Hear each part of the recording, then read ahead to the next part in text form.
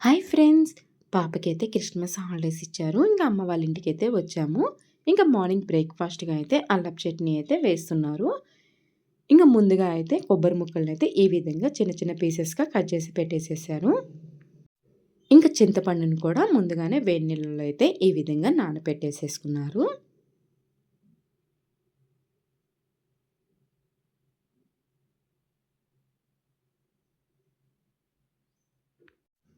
పచ్చిమిర్చి అయితే బాగా డస్ట్‌గా ఉందండి. ఇంక అందుకని చెప్పేసి వాటర్‌లో అయితే నానబెట్టేసేసారు. పచ్చిమిర్చితో పాటు అల్లాన్ని కూడా వాటర్‌లో ఏసి ఉంచారు. ఇంకా అల్లాన్ని కూడా పీల్ తీసేసి పెట్టేసేసుకోవాలి.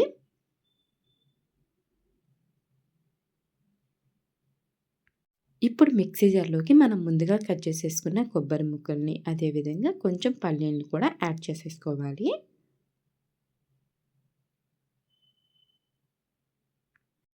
మనం ఇందాక వాటర్‌లో వేసుకున్న అల్లాన్నయితే పీల్ తీసేసి పెట్టేసేసాను. అదేవిధంగా పచ్చిమిర్చిని కూడా ఈ విధంగా కట్ చేసేసుకున్నాము. కొబ్బరి ముక్కలు కూడా మళ్ళీ సరిపోవని ఈ విధంగా చిన్న చిన్న పీసెస్‌గా అయితే కట్ చేసి పెట్టేసేసుకున్నాము.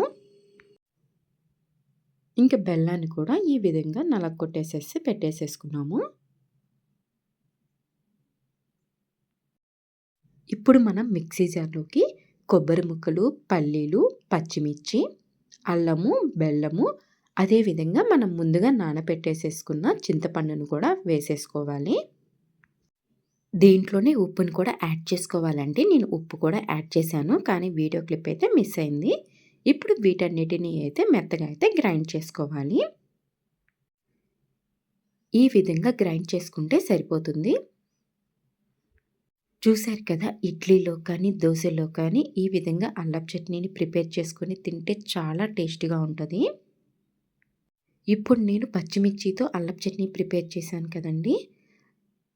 ఇప్పుడు నేను పచ్చిమిర్చితో అల్లపు చట్నీ ప్రిపేర్ చేయడం చూపించాను కదండీ! అదే విధంగా ఎండుమిర్చితో కూడా సేమ్ ప్రాసెస్‌లో అల్లపు చట్నీ అయితే ప్రిపేర్ చేస్తారు. అది కూడా చాలా బావుంటది టేస్టు. ఇంక మార్నింగ్ బ్రేక్‌ఫాస్ట్‌గా అయితే ఇడ్లీ అయితే ప్రిపేర్ చేశారు. ఇంకా ఇడ్లీలోకి అల్లపు చట్నీ అయితే చాలా టేస్ట్‌గా ఉంది. ఇంకా పాపకైతే అల్లపు చట్నీలో కొంచెం నెయ్యి కూడా వేసిచ్చాను. ఈ వీడియో నచ్చినట్లయితే ప్లీజ్ సబ్స్క్రైబ్.